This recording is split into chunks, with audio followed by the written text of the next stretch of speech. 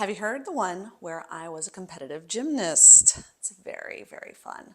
All right, so growing up, I lived with my grandparents for most of my childhood until I was about 8 years old. They were very, very supportive with my extracurricular, which ended up being gymnastics in Texas, where it was really, really hot. I was actually pretty good at this. I won Texas state champion, I think twice. I was like in this Pepsi Junior Olympics. I don't know, I think they made that up. But I was very, very determined and I was very, very focused and kind of body aware. It did not make me cool. For some reason, I was talented, but the kids still thought I was a big dork, which I was. So we would practice in these empty, I guess, warehouses in Texas with no air conditioning, hours on end. So as soon as I got out of school, they would drive me through McDonald's. I would have like a Reese's peanut butter cup for energy. And then I would go into the gym until 10 o'clock at night. Summers, it would be an 8-hour day. It was hot and I always got injured. I think that was my worst part of being a gymnast is like I fell on my head and injured my neck, which in turn now has affected me. So, with cervical nerves, the cranial nerves and all of that stuff, I think really did stem back to that. I hurt my knee, which is interesting because like a lot of that inflammation from that knee still kind of haunts me with gluten. So when I eat the gluten, that's where it goes into the weakness of that knee. Fun times. Not the gluten itself, but the inflammation. That was the only time I had a nosebleed. They made me do back handsprings. I think 75 back handsprings in a row, and I got a nosebleed. I remember that.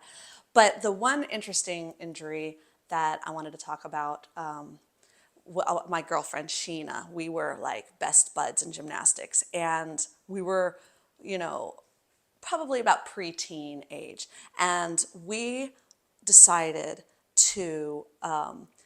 I know now that I basically cursed myself. So there's ways that we can curse ourselves.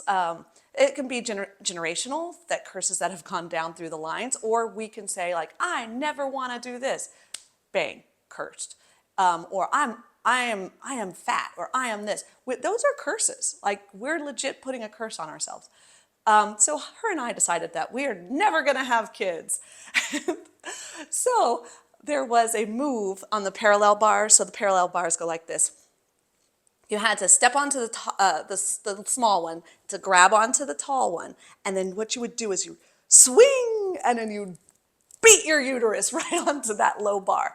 And they found out that, maybe young adolescent girls should not beat their uteruses into a bloody pulp doing gymnastics. So they took that move out.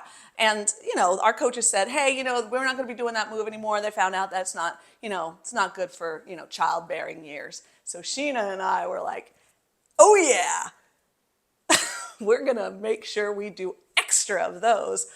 We thought, gymnastics is our life. If we have kids, we're never going to, be gymnasts. I don't know what we thought. We were kids. So we would swing and beat our uteruses onto the bar, do it 100 times. And coming to think about that, like, it's not that I believe that that is why I wasn't able to get pregnant, but I know that that was where my mindset was.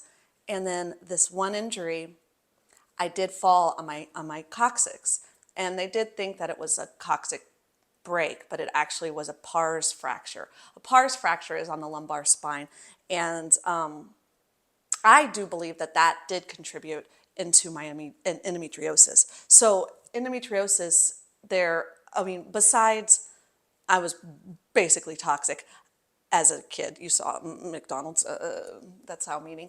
Pesticides galore. I probably had a very bad issue with pesticides. That's endometriosis. And, I was vaccine damaged, I'm pretty sure.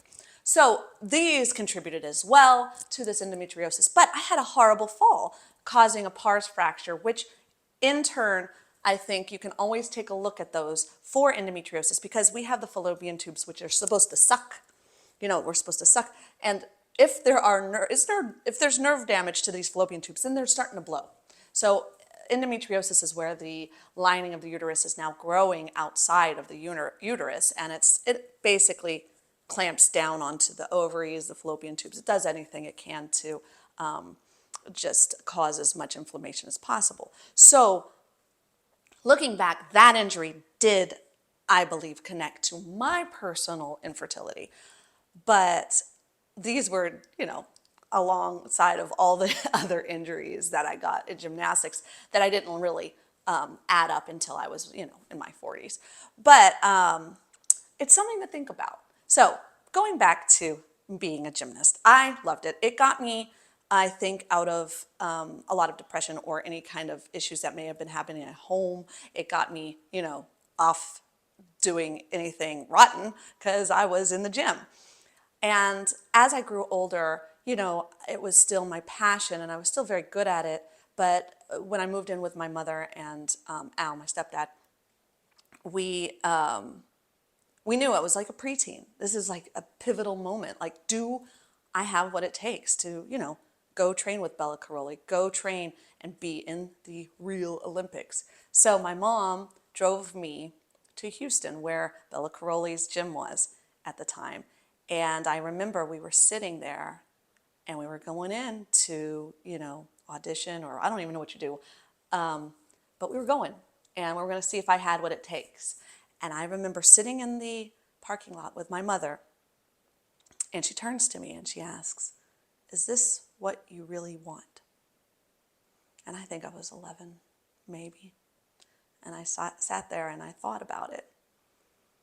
And I said, "No, this isn't what I really want." So I quit.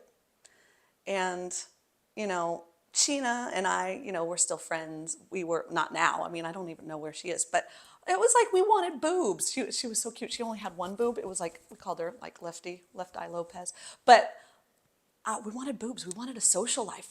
We wanted to meet boys, So I knew going into that route of being like a total committed Olympic trained gymnast was not for me. So I stopped doing gymnastics. I, started like doing any other things, like a little bit of activity here and there. And then I began dancing. So that's my story about being a gymnast. It's a lot of injury, but it's a lot of good commitment that you learn a lot of good life skills.